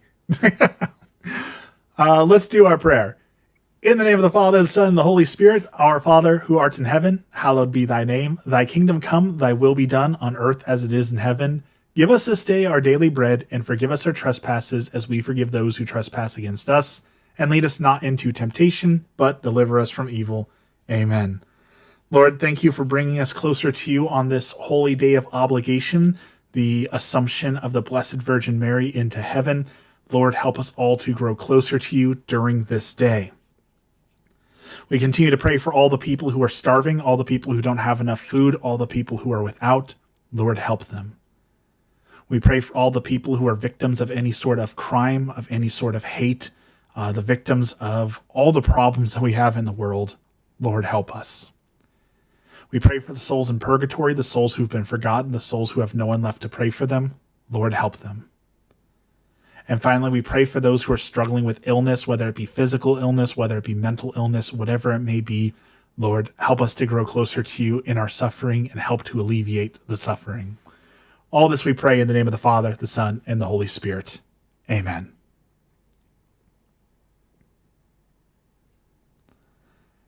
All right, everyone. Thank you so much for joining me as always. We have done another successful week of streaming.